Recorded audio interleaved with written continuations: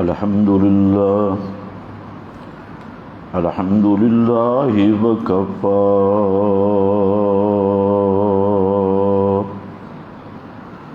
والصلاة والسلام على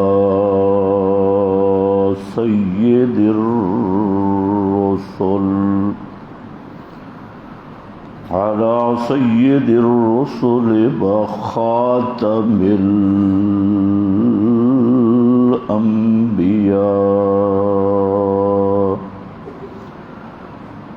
أما بعد فأعوذ بالله من الشيطان الرجيم. بسم الله الرحمن الرحيم.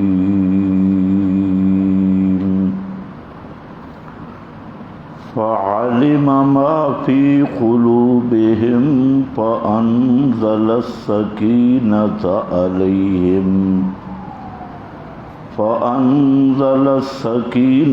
عليهم وأصابهم فتحا قريبا. سبحان ربك رب العزة عما يصفون وسلام على المرسلين والحمد لله رب العالمين.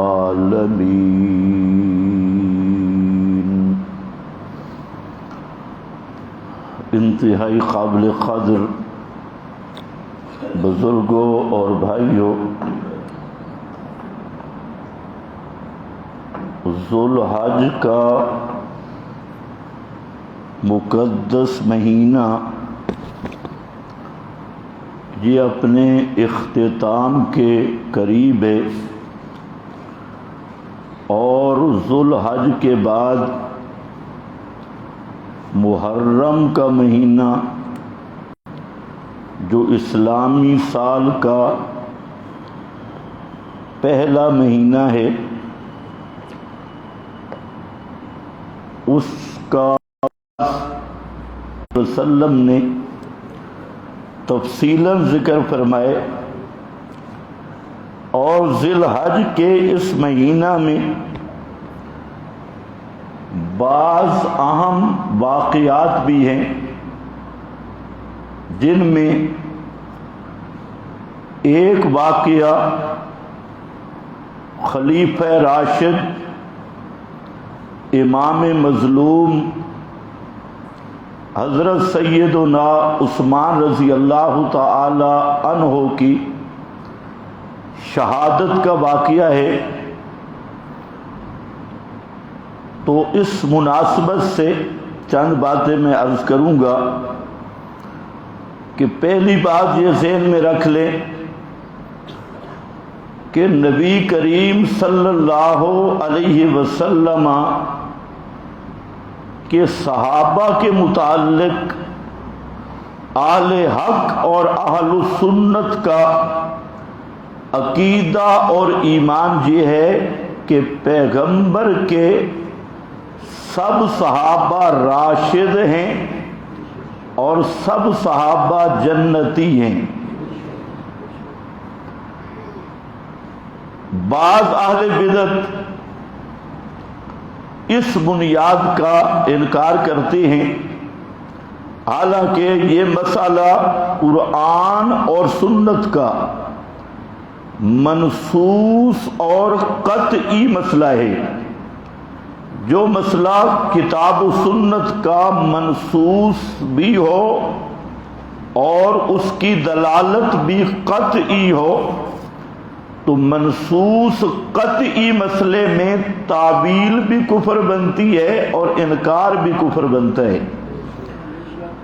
تو یہ ایک عقیدہ جو پیغمبر کریم صلی اللہ علیہ وسلم اور خود کتاب اللہ کا دیا ہوا، امت کے اہل حق اس عقیدہ اور اس مسئلہ پہ متفق ہیں کسی کا بھی اہل سنت میں اختلاف نہیں ہے کہ پیغمبر کریم صلی اللہ علیہ وسلم کے سب صحابہ، ایک آدھ نہیں، سب صحابہ وہ ہدایت پر بھی ہیں، صرف ہدایت پہ نہیں، قیامت تک لوگوں کے لیے ہدایت کا معیار اور ایمان کا مینار ہے۔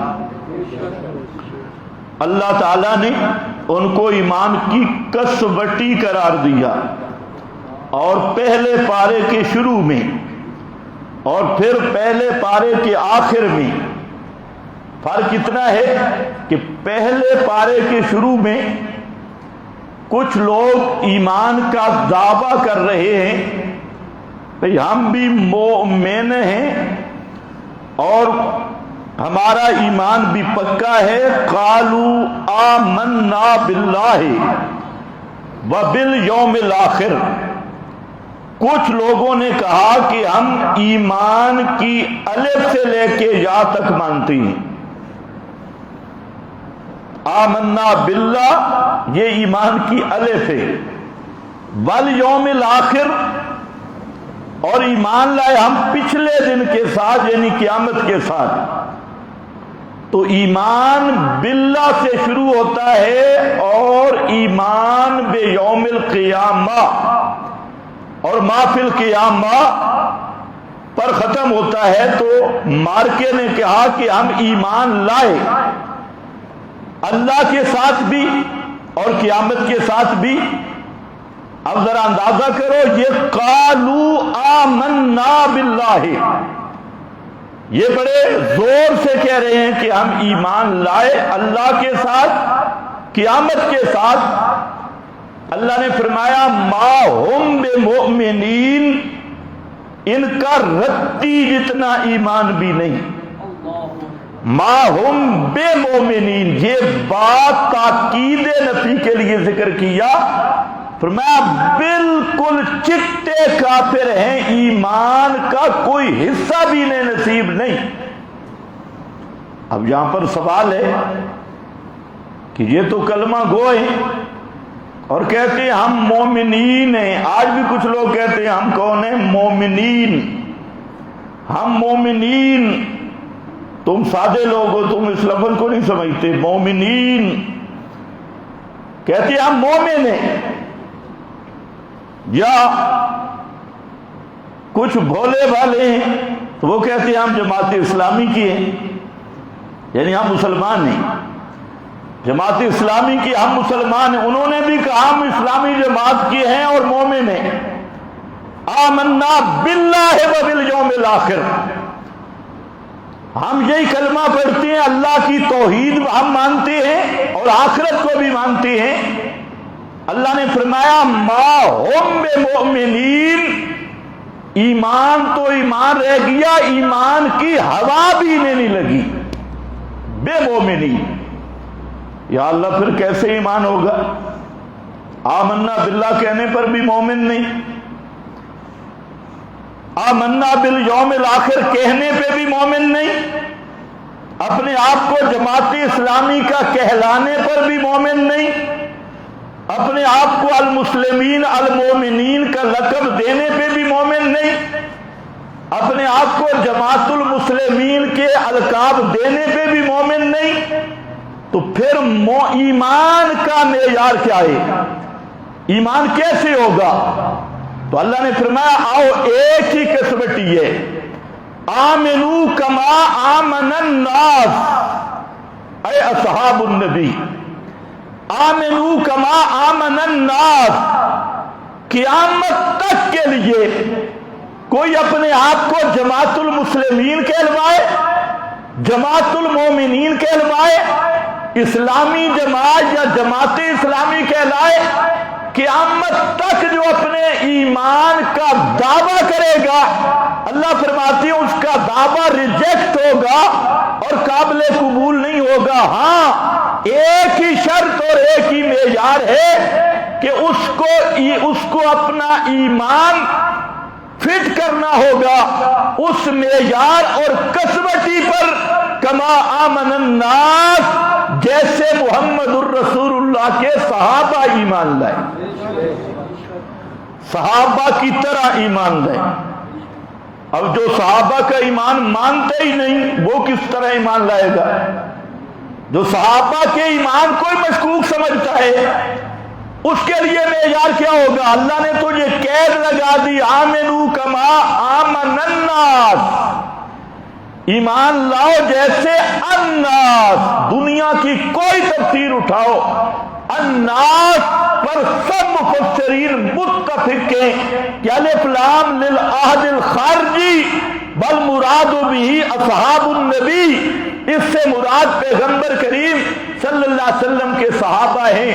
تو یہ پہلا پارہ سورہ بقرہ ہے اور اس کے ابتدائی صفوں پہ اللہ نے ایمان کا معیار اور کسوٹی بیان کر دیا کہ قیامت تک کوئی بھی ایمان کے دعوے میں سچا نہیں، کوئی بھی اسلام کے دعوے میں سچا نہیں، کوئی بھی کلمہ گوئی میں سچا نہیں، جب تک کہ اپنا ایمان اس کے لیے معیار صحابہ کے ایمان کو سمجھ کر اپنے ایمان کو اس پہ فٹ نہیں کرے گا۔ اللہ فرماتے ہیں میں کہتا ہوں ما ہم بمؤمنین، یہ فتویٰ کسی دارالعلوم کا نہیں ہے مفتی صاحب کا، یہ فتویٰ رب العالمین کا ہے، اور قرآن میں ترجمہ اٹھا کے پتہ کر لو۔ پھر یہی پارہ جب ختم ہونے لگا تو وہاں پر ایک گروہ کھڑا تھا جو کہتے ہم تورات مانتے ہیں جی، ہم حضرت موسیٰ پر ایمان رکھتے ہیں، ہم شیخ التورات ہیں اور اللہ والے ہیں، بزرگ ہیں۔ اللہ نے فرمایا میرا پیغمبر ان کو بتا دے ایمان کا دعویٰ کرنے والوں، اپنی بزرگی منوانے والوں، تمہارے لیے بھی وہی شرط ہے جو پارے کے شروع میں آئی، ان آمنوا بمثل ما آمنتم بہ فقد اہتدوا، اگر یہ ایمان لائیں یہودی جو دعوے کر رہے ہیں، پہلے منافقین تھے، اب براہ راست یہود کو خطاب کیا، آمنو کما آمن الناس بمثل ما آمنتم بہ، ان آمنو بمثل ما آمنتم بہ فقد اہتدوا، کہ اگر یہ ایمان لائیں اے جماعت صحابہ جیسے تم ایمان لائے، فقد اہتدوا بہ، تو پھر تو یہ ہدایت پہ ہیں۔ اب یہاں پر پھر گارنٹی دے دی فقد اہتدوا فإن تولوا، اور اگر تمہاری اس طرح ایمان لانے سے منہ پھیریں اور ایمان کا معیار کچھ اور بنائیں، انما ہم فی شقاق، تو پھر یہ ضد میں ہیں، انہیں کبھی بھی ایمان نصیب نہیں ہوگا اور یہ خود اپنے آپ کو توڑنے میں لگے ہیں، پھر ٹوٹ کے رہیں گے اور شقاق اسی ضد میں مریں گے۔ ضد چھوڑ کر ایمان مقبول کروانا ہے تو آؤ، اس کے لیے معیار ہے محمد کے صحابہ۔ یہ قرآن ہے میرا بھائی، کوئی سنی شیعہ کا مسئلہ نہیں ہے۔ جو بھی قرآن کو کتاب اللہ مانتا ہے وہ ترجمہ دیکھ لے۔ تیسرے نمبر پہ سورہ توبہ جو آخری سورت ہے، سورہ توبہ آخری سورت، اس میں پھر اسی مضمون کو دہرایا، من المہاجرین والانصار والذین اتبعوہم بإحسان رضی اللہ فرمایا من المہاجرین والانصار، ایک دو مہاجر نہیں، المہاجرین، سب کے سب مہاجر، والانصار، سب کے سب انصاری، دو گروہ تقسیم کیے، مہاجرین اور انصار۔ فرمایا یہ والذین اتبعوہم بإحسان، قیامت تک جو بھی ان مہاجرین اور انصار کا متبع بن کے رہے گا، بے احسان، اخلاص کے ساتھ، ریاکاری مقصد نہ ہو، لوگوں کو دکھانا نہ ہو، احسان اخلاص کے ساتھ مہاجرین و انصار کا متبع بن کے رہے گا۔ فرمایا رضی اللہ، اللہ اس پہ راضی ہے، رضی اللہ، اللہ اس پہ قیامت تک آنے والے تمہارے لیے اللہ راضی کب ہوگا؟ والذین اتبعوہم بإحسان، تمہیں پابند کیا مہاجرین اور انصار کی اتباع کرنے پر۔ یا ہمارے غیر مکلم دوست وہ بھی انہوں نے ایک آیت دیکھی ہوئی ہے، انہوں نے کہا ان کنتم تحبون اللہ فاتبعونی، مانتے یہ بھی نہیں، کہتے ہیں اتباع ایک ہی ہے، فاتبعونی، ہم کہتے ہیں کچھ اور بھی ہے، نتبعوہم والذین اتبعوہم بإحسان، یہ بھی قرآن ہے، تو قرآن پورا ماننا چاہیے تھوڑا تھوڑا؟ ہمارا یہی جھگڑے، ہم کہتے ہیں پورا قرآن مانو، فاتبعونی بھی برحق کے، اور والذین اتبعوہم بإحسان بھی برحق کے، اور والذین اتبعوہم بإحسان کون ہیں؟ المہاجرین والانصار، مہاجرین و انصار جہاں متفق ہیں انہی کی اتباع، اس پہ رب کہتے ہیں رضی اللہ، اللہ اس پہ راضی ہو گیا۔ پھر ایک اور مقام پہ اس کا دوسرا نفی پہلو ذکر کیا، فرمایا من یشاقق الرسول، جو پہلے پارے کی دوسری آیت میں نے پڑھی نا، انما ہم فی شقاق، انما ہم فی شقاق، اب وہاں سے شروع کیا، من یشاقق الرسول، جس نے مخالفت کی رسول کی، یشاقق الرسول، پیغمبر کی مخالفت کی، من بعد ما تبین لہ الہدی، بعد اس کے کہ ہدایت اس کے سامنے بالکل کھل چکی تھی، ہدایت واضح ہونے کے بعد پیغمبر کی مخالفت کی، یا اللہ کیسے پتہ چلے گا؟ اس کو بطور تفسیر کے ذکر کیا، یتبع غیر سبیل المؤمنین، وَيَتَّبِعْ غَيْرَ سَبِيلِ الْمُؤْمِنِينَ، پیغمبر کی مخالفت اور پیغمبر کا دشمن پہچاننا ہے تو اس کی آسان سی پہچان ہے، وہ صحابہ کا راستہ چھوڑ جائے۔ وَيَتَّبِعْ غَيْرَ سَبِيلِ الْمُؤْمِنِينَ، المؤمنین یہاں کون ہے؟ صحابہ، جو اصحاب پیغمبر کا راستہ چھوڑ دے یہی دشمن رسول ہے۔ اور اسی کو میرے نبی نے فرمایا من احبہم فبحبی احبہم ومن ابغضہم فببغضی ابغضہم، اور میرے ساتھ محبت کے نعرے لگانے والوں، میرے ساتھ محبت کا معیار ہے ان کے ساتھ محبت۔ کتنے صاحب لفظ ہیں؟ من احبہم، جو ان سے محبت کرے گا، فبحبی احبہم، وہ میری محبت کی وجہ سے ان سے محبت کرے گا، وہ میرا محب ہے۔ ومن ابغضہم، اور جو ان سے بغض رکھے گا تو اس بے ایمان کے دل میں فببغضی، اصل میں میرا بغض موجود ہے، اس لیے ان کے ساتھ بغض رکھے گا۔ تو دیکھو یہ تو صاف قرآن ہے، اس کو اگر چلتے جائیں تو بڑا لمبا سفر ہے۔ یہاں جمعہ پڑھنے والے اکثر یہ آیات سنتے ہیں وقتاً فوقتاً، اور سننی چاہیے، کیونکہ جب صحابہ پہ بھونکنے والے بہت ہوں تو پھر صحابہ کی عظمت کا بیان صرف مستحب نہیں رہتا، پھر عظمت صحابہ بیان کرنا فرض بن جاتی ہے۔ اب ذرا توجہ کرنا، تو میں نے عرض یہ کیا کہ قیامت تک کے لیے اللہ نے تمام کلمہ پڑھنے والوں کے لیے معیار بنایا ہے ایمان کا، کسوٹی قائم کی ہے ایمان کی، وہ ہیں اصحاب محمد مصطفیٰ صلی اللہ علیہ وسلم۔ تو آپ خود اندازہ کر لیں کہ جن کے ایمان کو معیار ایمان بنایا گیا، ایمان کی کسوٹی بنایا گیا، ان کا ایمان کتنا مضبوط ہوگا، ان کا ایمان میرے رب کو کتنا محبوب ہوگا کہ قیامت تک کے لوگوں کو بتا دیا گیا اب ایمان لانا ہے تجھے نمونہ ہے، اب ایمان لانا ہے تجھے معیار ہے۔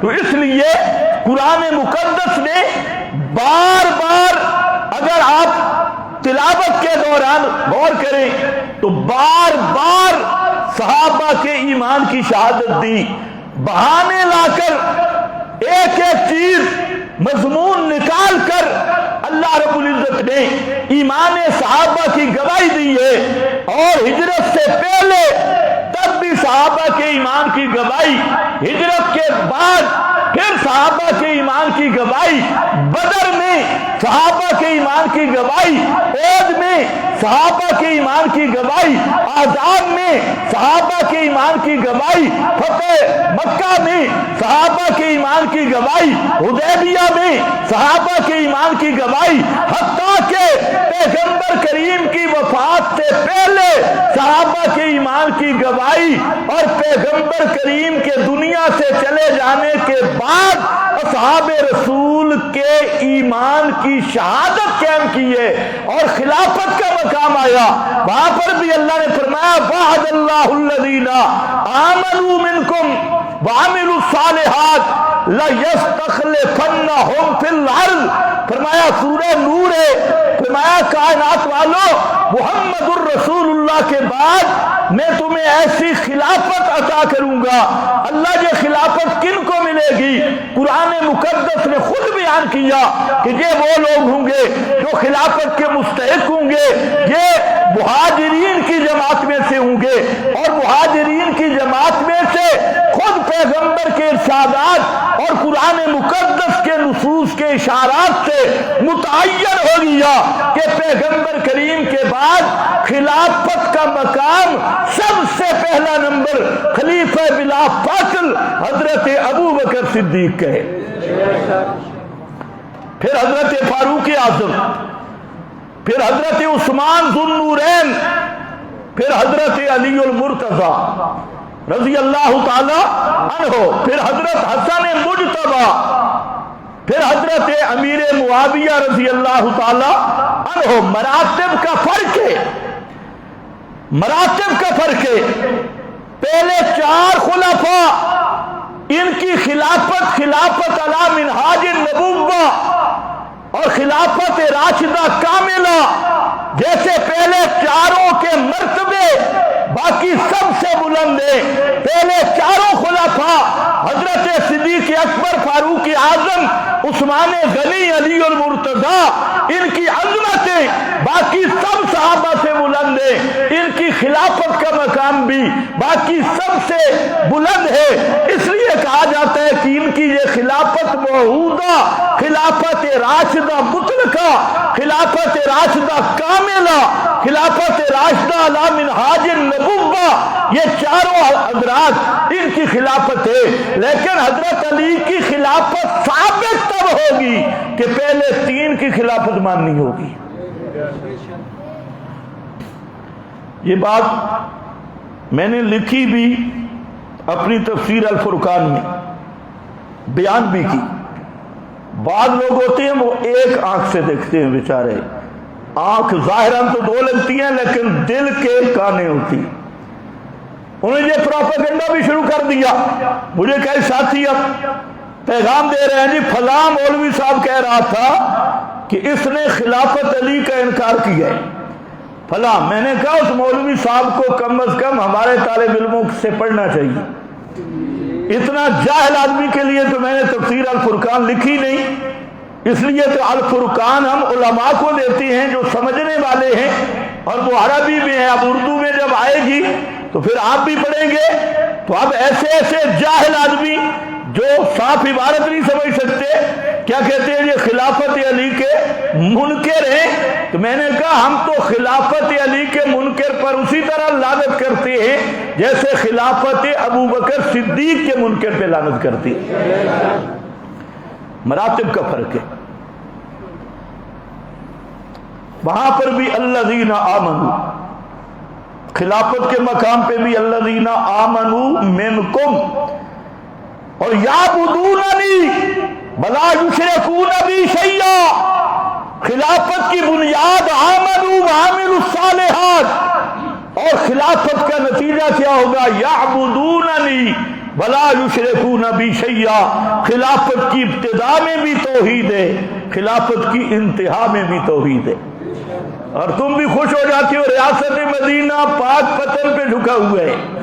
ریاست مدینہ والا، پاک پتن کے دربار پہ جھکنے والا گیدڑ، وہ کبھی محمد مصطفیٰ کی ریاست مدینہ قائم نہیں کر سکتا. علی حجویری کے دربار سے اپنی سیاست کا آغاز کرنے والا طاغوتی چیلا، وہ کبھی محمد کا قانون نافذ نہیں کر سکتا. محمد الرسول اللہ کا قانون وہ نافذ کر سکتا ہے جس کی رگ رگ میں اللہ کی توحید ہو اور جس کے سینے میں اللہ کی امانت قرآن مقدس کا تقدس موجود ہو. باقی سب آپ کو دھوکہ دے رہے ہیں.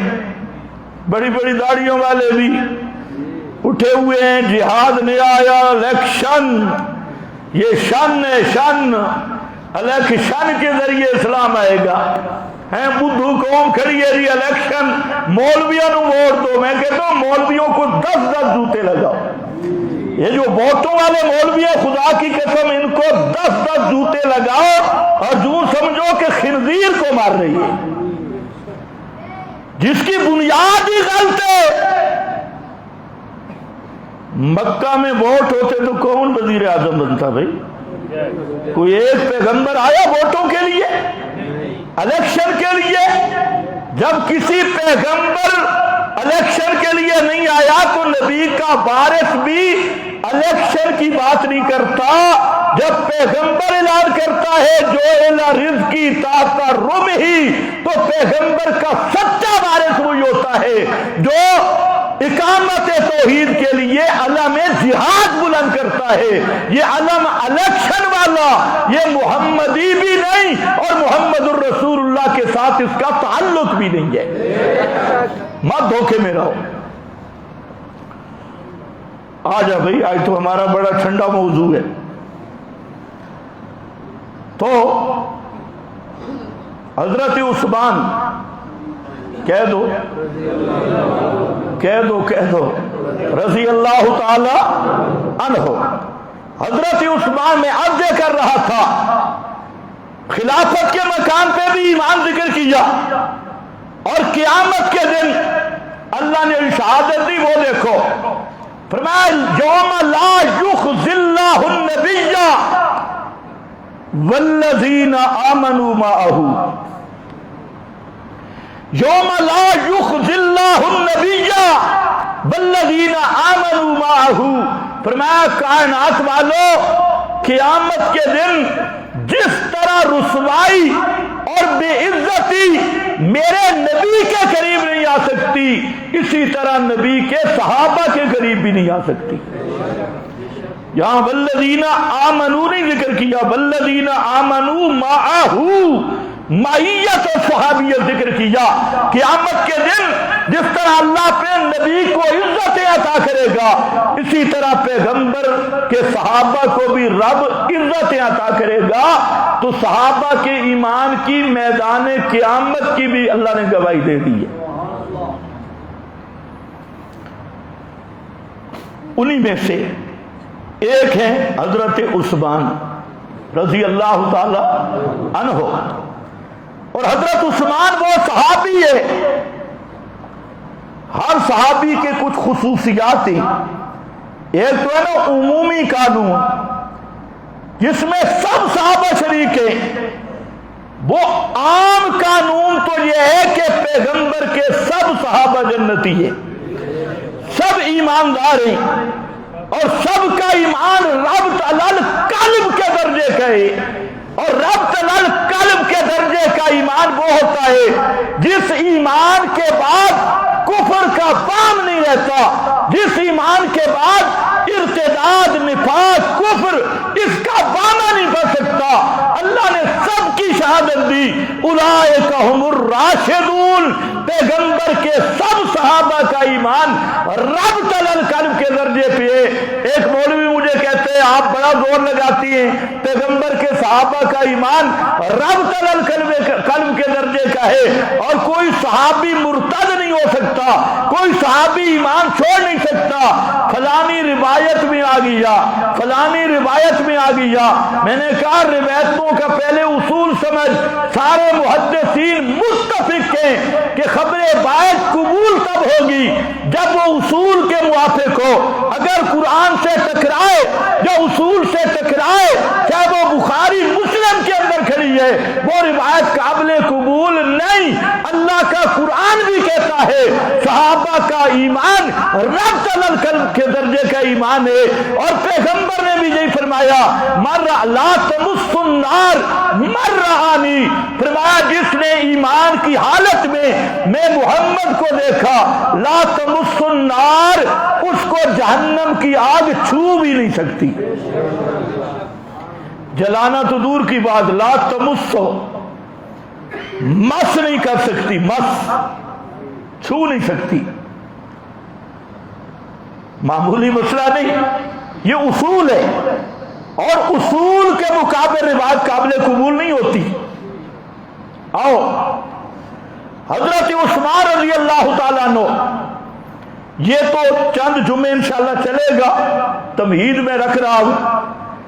حضرت عثمان یہ وہ صحابی ہے جس کو اللہ نے کئی خصوصیات سے نوازا۔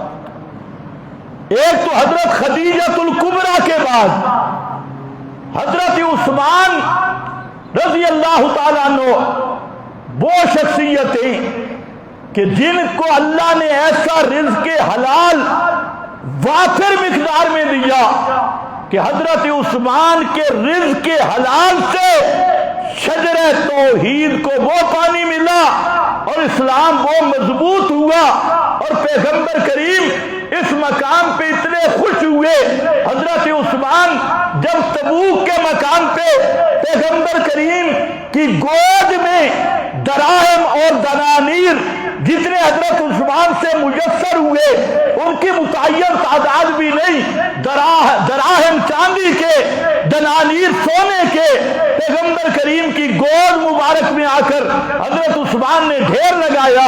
اللہ کے رسول منبر پہ تھے، اور حدیث پاک میں آتا ہے یقلب الدنانیر، پیغمبر کریم اپنی جھولی میں پڑے ہوئے دنانیر اور دراہم ان کو الٹ پلٹ کے ساتھ ایک جملہ بول رہے تھے ما ذر عثمان بعد هذا اليوم ما عمل بعد هذا اليوم۔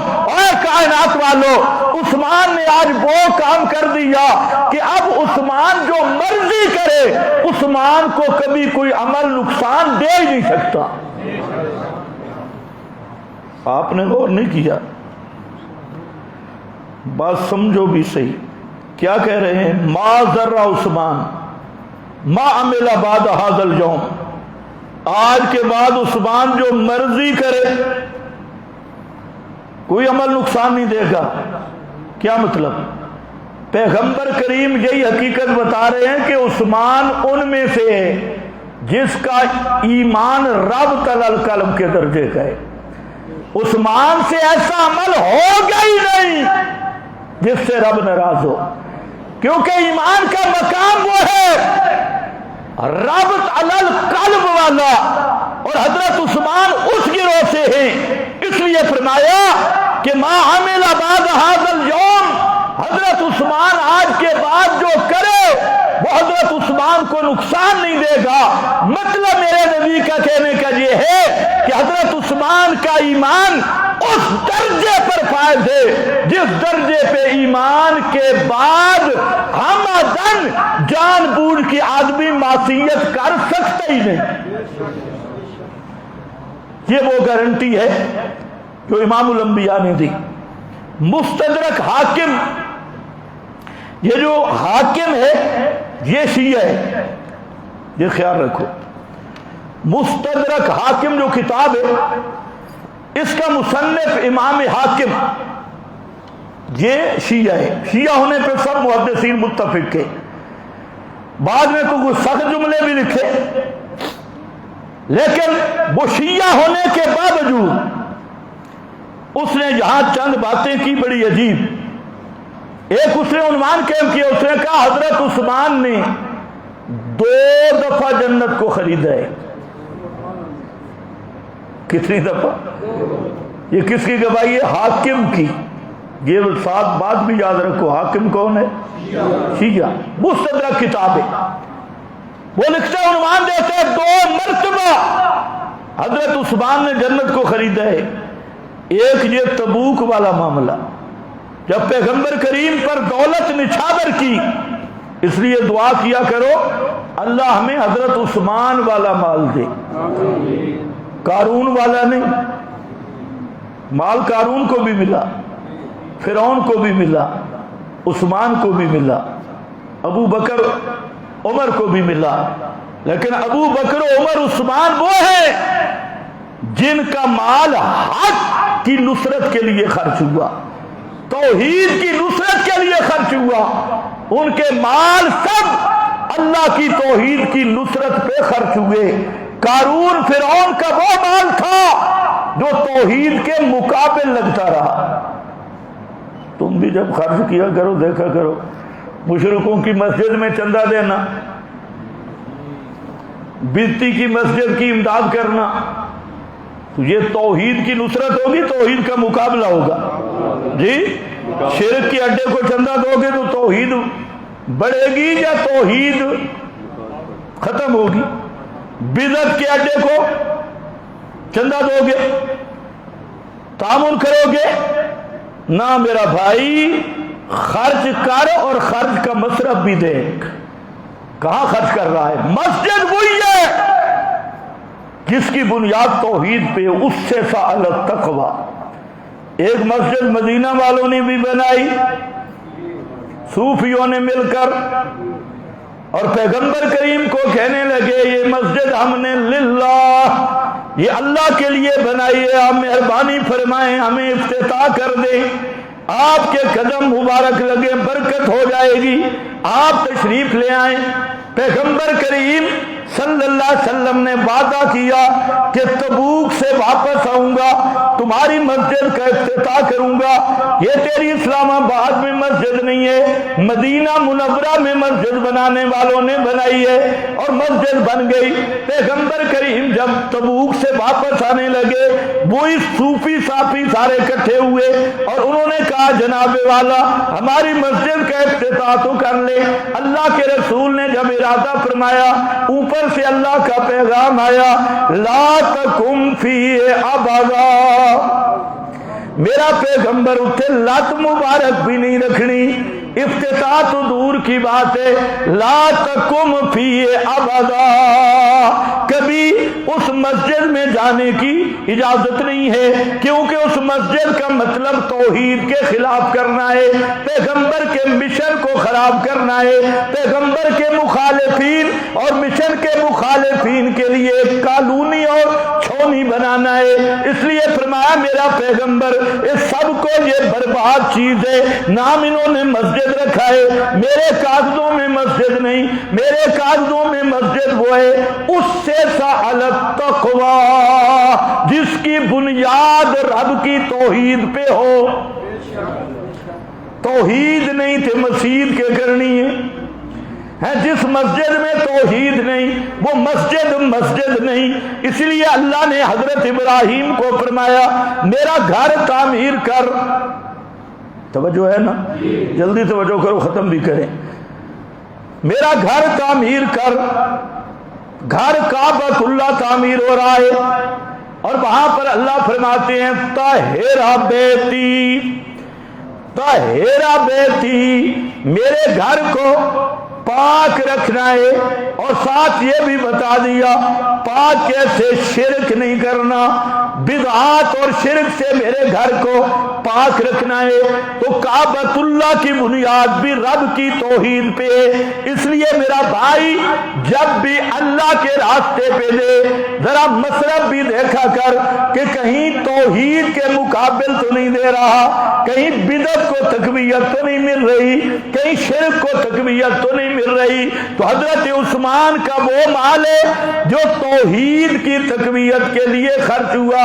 اللہ مجھے اور آپ سب کو حضرت عثمان والا مال نصیب کرے۔ اونچی آمین تو کہہ دو۔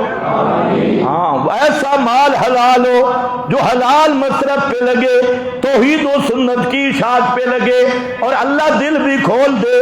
حضرت عثمان اور دوسرا مقام بیر روما کا ہے، ایک مقام تبوک کا اور دوسرا مقام ہے بیر روما کا، وہ یہودیوں کا کنواں جو ٹھنڈے پانی کا تھا۔ حضرت عثمان رضی اللہ تعالیٰ عنہ نے وہ اپنے پیسوں سے سارا کنواں خرید کے مسلمانوں کے لیے وقف کر دیا۔ تو اس مقام پہ بھی پیغمبر کریم نے حضرت عثمان کو جنت کی خریدنے کی بشارت دے دی۔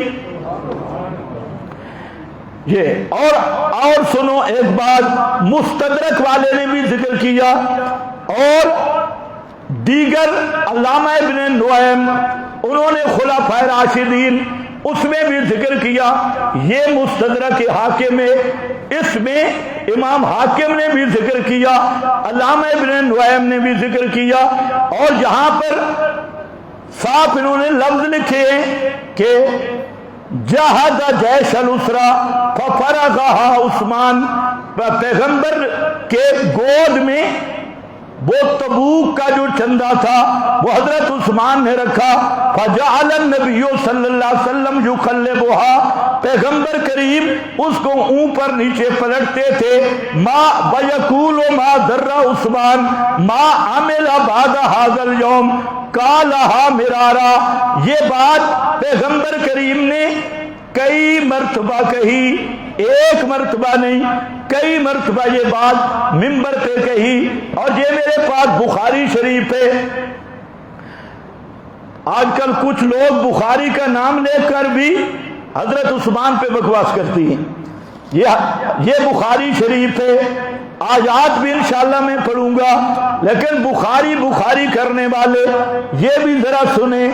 اور یہ میرے پاس صفحہ 617 ہے اور بخاری شریف کی حدیث نمبر 3675 اس میں آ رہا ہے ان النبی صلی اللہ علیہ وسلم صعد احد، پیغمبر کریم احد پہاڑ پہ چڑھے، احد پہاڑ پہ تشریف لے گئے۔ ابو بکر و عمر و عثمان، ساتھ تین آدمی تھے، حضرت ابو بکر، حضرت عمر اور حضرت عثمان۔ فراجف بہم، تو احد پہاڑ میں زلزلہ طاری ہوا، راجف بہم، وہ کانپنے لگا احد پہاڑ۔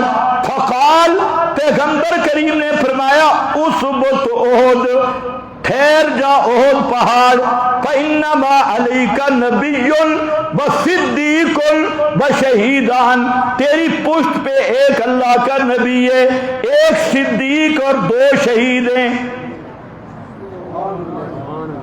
دو شہید کون؟ حضرت عمر، حضرت عثمان۔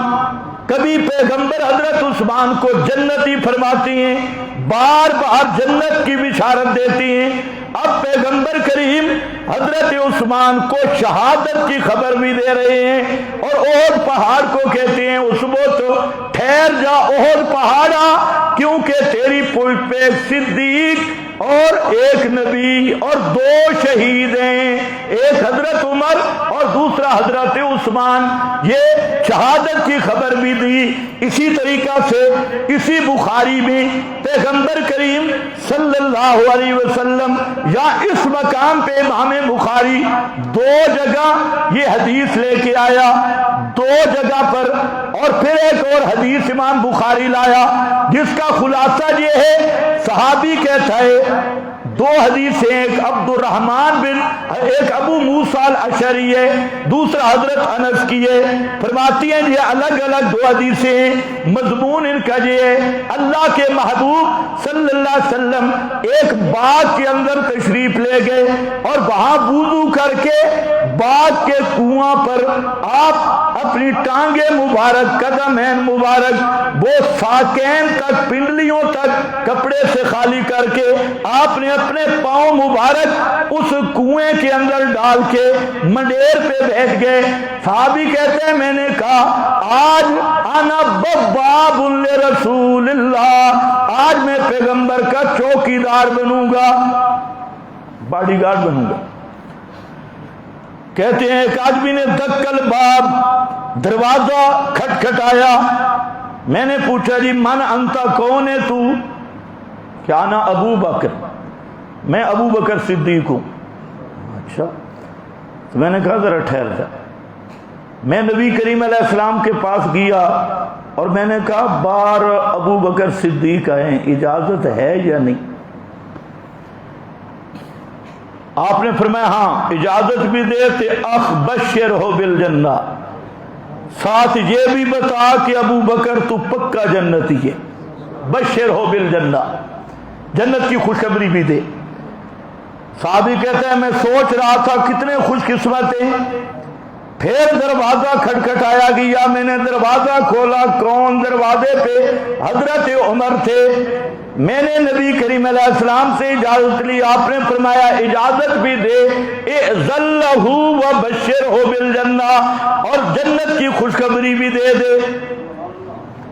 پھر کہتے ہیں میں سوچ رہا تھا اب کون خوش قسمت آتا ہے۔ تیسری دفعہ دروازہ کھٹکھٹایا اور میں نے اللہ کے محبوب سے اجازت مانگی، آپ نے فرمایا ہاں ہاں یہ کون ہے؟ میں نے کہا حضرت عثمان۔ فرمایا ان کو خوشخبری بھی دے، بشر ہو بالجنہ، لیکن ایک ساتھ بات کرنا ہے، الا بلوا تصیبک، ساتھ بتا دے عثمان تجھ پہ ایک مصیبت بھی آئے گی، جنتی بھی ہے اور تجھ پہ ایک مصیبت بھی آئے گی۔ یہاں بخاری میں یہ لفظ ہے، ایک بلوا، ایک مصیبت آئے گی تجھ پر۔ اب حضرت عثمان رضی اللہ تعالی عنہ نے جب سنا مصیبت آئے گی، عقیدہ بھی صحابہ کا دیکھنا ہے، حضرت عثمان فوراً کہتے ہیں واللہ المستعان، مصیبت آئی تو میں مدد کس سے مانگوں گا؟ واللہ المستعان۔ ہر صحابی کا عقیدہ کیا ہے؟ ایاک نعبد و ایاک نستعین، مدد کرنے والا کون ہے؟ یہ صحابہ کا عقیدہ ہے۔ پیغمبر زندہ موجود ہیں، کنویں کے اوپر بیٹھے ہوئے ہیں، آپ کے قدم مبارک کنویں کے پانی میں ہیں، لیکن حضرت عثمان کو جب خبر دی گئی کہ مصیبت تجھ پہ آئے گی تو حضرت عثمان کہتے ہیں واللہ المستعان، مصیبت آئی تو مدد کس سے مانگوں گا؟ بولو بولو، ختم کرتا ہوں، مدد کس سے مانگوں گا؟ مدد کرنے والا کون ہے؟ اس لیے جو آدمی قبر والوں کے سن کر سفارشوں کا قائل ہے اسے حضرت عثمان کا نام لینے کی اجازت، حضرت عثمان کا کچھ نہیں لگتا۔ حضرت عثمان کا عقیدہ یہ ہے زندہ پیغمبر بھی چار دیواری میں موجود ہو تب بھی عثمان مدد کس سے مانگتا ہے؟ کس سے مانگتا ہے؟ یہ تو بخاری شریف کے لفظ ہیں مسند السراج میں، اور جہاں مستدرک حاکم میں یا اور لفظ بھی آ رہے ہیں۔ پیغمبر کریم صلی اللہ علیہ وسلم فرماتی ہیں، ایک مقام پہ ذرا خیال کرنا، فرماتی ہیں پیغمبر کریم صلی اللہ علیہ وسلم کہ میرے بھائی کو ذرا بلا کے لے آؤ۔ کس کو؟ ادعو لی اخی، ادعو لی اخی، میرے بھائی کو۔ مارکے نے ایک جگہ پہ آگ کا لفظ دیکھا نا تو انہوں نے کہا ہاں حضرت علی نبی کا بھائی ہے۔ ہم کہتے ہیں کس نے انکار کیا؟ لیکن صرف علی نہیں، اور بھی آپ کے بڑے بھائی ہیں۔ تم نے کہا صرف علی، حضرت علی کا مقام مرتبہ برحق، لیکن ملنگ کو کہ ڈنڈی نہ لگا، ڈنڈی مارنے کی اجازت نہیں، کہیں آنکھ کا لم دیکھ دیا اور جی علی نبی کا بھائی، میں نے کہا کوئی شک نہیں علی کا مقام بھی برحق ہے، لیکن ذرا عثمان کا مقام بھی سن لے۔ پیغمبر کریم فرماتے ہیں ادعو لی اخی، ادعو لی اخی، میرے بھائی کو بلاؤ۔ حضرت عائشہ فرماتی ہیں قلنا ابو بکر، ہم نے کہا جی آپ کی کیا مراد ہے اخی کہنے سے؟ ابو بکر۔ پھر آپ نے فرمایا ادعو لی اخی، قلنا عمر، آپ نے فرمایا ادعو لی اخی، میرے بھائی کو بلا کے لاؤ۔ تو سمجھ گئی حضرت عائشہ فرماتی ہیں کہ میں نے کہا قلنا عثمان، ہم نے کہا حضرت عثمان مراد ہیں، کیونکہ یہ تو صحابہ میں معروف تھا ابو بکر عمر کے بعد کون ہے؟ حضرت عثمان۔ ہم نے کہا جی حضرت عثمان آپ کی مراد ہیں، فقال نام، آپ نے فرمایا جی ہاں، حضرت عثمان کو بلا۔ وہاں جو علا بلوا آیا بخاری میں، اس کی جہاں تفسیر کرنا مقصد ہے کہ وہ بلوا سے کیا مراد تھا، فرمایا کہ حضرت عثمان کو بلاؤ۔ پر جب حضرت عثمان آئے، اللہ کے محبوب صلی اللہ علیہ وسلم نے حضرت عثمان سے کچھ باتیں کی۔ بعض احادیث میں حضرت عائشہ فرماتی ہیں ہم نہیں سمجھ سکے کہ آپ نے کچھ راز کی باتیں کی، کچھ باتیں ہم نے سن لی۔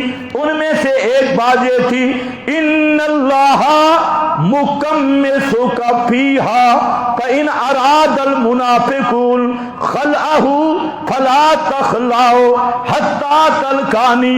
ایک بات یہ تھی کہ حضرت عثمان اللہ تجھے میری خلافت کی قمیض پہنائے گا۔ یہ ہے جملہ سوچنے والا۔ کون کہہ رہے ہیں؟ یہ بخاری کی تفسیر کر رہا ہوں، بخاری میں یہ آ چکا ہے بلوا، اور اسی کی تفسیر یہاں آئی کہ اللہ تجھے خلیفہ بنائیں گے، قمیص سے خلافت پہنائیں گے۔ فَإِنْ أَرَادَ الْمُنَافِقُونَ، اگر منافق ارادہ کریں تجھے معزول کرنے کا، لا تخلا عثمان، تو نے میری گدی نہیں چھوڑنی، تو نے میری خلافت نہیں چھوڑنی۔ پیغمبر کریم نے بتا دیا کہ عثمان کی خلافت کے مقابل ان پہ اعتراض کرنے والے، ان پہ تبرہ کرنے والے یہ کون ہوں گے؟ مجھے ذرا بولو پتہ چلے کون ہوں گے؟ ان اراد المنافقون، اگر منافق ارادہ کریں اس بات کا کہ تو میری گدی اور خلافت چھوڑ دے اور قمیص اتار دے، فلا تخلا عثمان، کبھی تو ان کی بات نہ ماننا، حتی تلقانی، حتیٰ کہ تو میرے ساتھ ملاقات کرے۔ اور حضرت پیارے پیغمبر کے ساتھ ملاقات بغیر موت کے نہیں ہو سکتی۔ حتیٰ تلقانی، حتیٰ کہ میرے ساتھ ملاقات کرے۔ پیغمبر کی وفات کے بعد پیغمبر کریم سے ملاقات کہاں ہوگی؟ جی اونچے بولو کہاں ہوگی؟ پھر اونچے بولو کہاں ہوگی؟ تلقانی، تلقانی۔ یہی وجہ ہے کہ حضرت بلال رضی اللہ تعالیٰ عنہ شام دمشق کے اندر جب وفات کا وقت قریب آیا، حضرت بلال ہنس پڑے۔ ساتھ والوں نے پوچھا جی ہنس رہے ہو کہ ہاں، غدن القا محمدن وحزبا، ان قریب میری ملاقات ہونے والی ہے محمد اور محمد کے صحابہ سے۔ تو حضرت بلال تو دمشق میں تھے، اور ملاقات کہاں ہو رہی ہے؟ آپ کی قبر مبارک تو مدینہ میں ہے۔ کیا کہتے ہیں؟ القا محمدن وحزبا، ابھی میری ملاقات ہونے والی ہے محمد الرسول اللہ صلی اللہ علیہ وسلم اور اس کے صحابہ کے ساتھ۔ وہ ملاقات کہاں کی ہے؟ بولو شابت کہاں کی ہے؟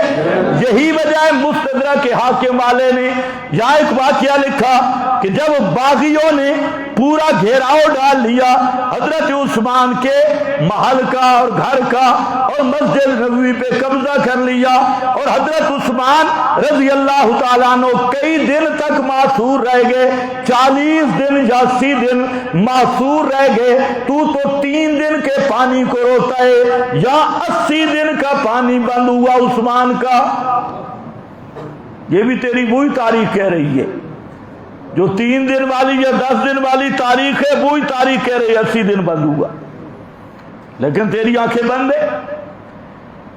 اور حضرت عثمان جب آخری رات آ گئی، اور یہ بات بھی نوٹ کرو اور سوال یاد رکھو، کائنات کے رافضیوں سے پوچھو کہ حضرت عثمان کے دروازے کے چوکیدار کون تھے؟ یہ کڑوا سوال ہے، کون تھے؟ آپ کو بھی نہیں پتا۔ حضرت عثمان کے دروازے پہ پہرا دینے والے 2 شہزادے حضرت حسن اور حضرت حسین، معلوم ہوتا ہے حضرت عثمان کے ناموس کی جو حفاظت کرتا ہے وہی حسینی ہے، اور جو حضرت عثمان پہ حملہ کرے وہ یہودی ہے۔ ابھی یہ بھی پتہ چل گیا حضرت عثمان کے خلاف بک بک کرنے والے یہ یہود میڈ ان یہود ہیں، اور حضرت عثمان کا دفاع کرنے والے یہ اصل حسنی بھی ہیں، حضرت حسینی بھی ہیں، اصل حسینی یہ ہیں۔ حسن و حسین دروازے پہ 2 شیر کھڑے ہیں، وہ وہاں پہرا داری کر رہے ہیں، اسی لیے وہ بلوائی دیوار پھلانگ کے تو آئے، دونوں شہزادوں کے ہوتے ہوئے دروازے سے آنے کی ہمت نہیں ہوئی۔ تو خیر بہرحال یہ اگلے جمعے پہ میں عرض کروں گا، اتنی بات ذہن میں رکھ لو۔ حضرت عثمان کہتی ہیں کہ آج رات میں نے خواب دیکھا ہے اور بڑا سہانا خواب دیکھا ہے، اور خواب میں مجھے یوں محسوس ہوتا ہے کہ محمد الرسول اللہ کی صورت میں نے خواب کے اندر دیکھی، اور آپ نے مجھے فرمایا عثمان روزہ ہمارے ساتھ جنت میں افطار کرے گا۔ تم نے کچھ بھی نہیں سوچا۔ آپ کی قبر مبارک کہاں ہے؟ مدینہ میں، حضرت عثمان کے گھر کے بالکل ساتھ۔ تو آپ کیا فرما رہے ہیں افطاری ہمارے ساتھ کہاں ہوگی؟ اس سے یہ بھی پتہ چل گیا کہ پیغمبر کریم بھی موت کے بعد کہاں ہیں؟ جنت میں، اور حضرت عثمان بھی شہید کہاں جا رہے ہیں؟ جنت میں جا رہے ہیں۔ تو بہرحال یہ فرمایا فَإِنْ أَرَادَ الْمُنَافِقُونَ خَلَاؤُ فَلَا تَخْلَعُوا حَتَّى تَلْقَانِي۔ اے عثمان تو حق پہ ہوگا، اللہ تجھے خلافت دے گا، اور جب منافق اس خلافت کو چھیننے کی کوشش کریں تو نے تو وہ جو بات خفیہ کہی تھی راز، وہ کیا تھا؟ کہتے ہیں جب گھیرا تنگ ہوا حضرت علی المرتضیٰ نے اجازت چاہی کہ حضرت آپ اجازت دیں، ان بلوائیوں سے ہم نبٹتے ہیں۔ فرمایا نہیں، میں نے اللہ کے رسول سے وعدہ کیا ہوا ہے صبر کا، میں وعدہ کر چکا ہوں، میں صبر کروں گا۔ معلوم ہوتا ہے وہ جو بات تھی نا خفیہ، وہ اسی صبر کی کہانی تھی، اور کہنے لگے یہ جان تو میری اپنی ہے، میں اپنی جان دے دوں گا، لیکن میں عثمان یہ برداشت نہیں کرتا کہ میرے نبی کے شہر کی گلیاں خون سے بھر جائیں، ایسی چیز میں برداشت نہیں کرتا، اس لیے مقابلے کی اجازت نہیں۔ وہ راز والی بات یہ نکلی ہے جو آپ نے ایسا کی، حضرت ایسا فرماتی ہم نے نہیں سنی۔ انشاءاللہ آئندہ جمعہ پر اس پر مفصل بیان ہوگا۔ تو دوسرا ہم نے ایک شروع کیا ہے میڈیا پر کام۔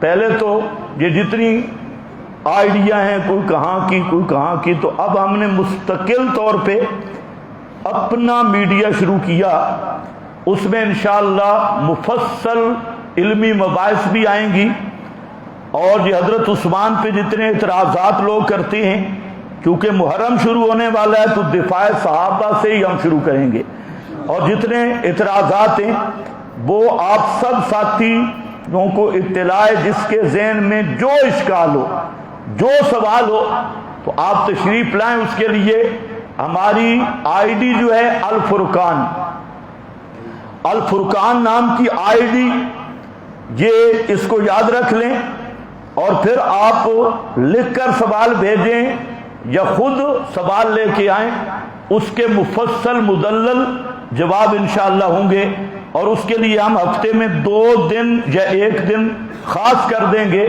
اس میں مستقل نشستیں اور اس پر دروس بھی، مباحث بھی، مسائل بھی، پورے یہ یوٹیوب کا چینل بھی ہے اور فیس بک کا بھی ہے الفرقان، تو سب ساتھیوں کو بھی اطلاع کرو۔ دوسرا اعلان یہ ہے کہ 23 تاریخ کو جامعہ نعمانیہ میں میٹنگ ہو رہی ہے جمعیت اشاعت توحید و سنہ اسلام آباد کی، تو سب ساتھی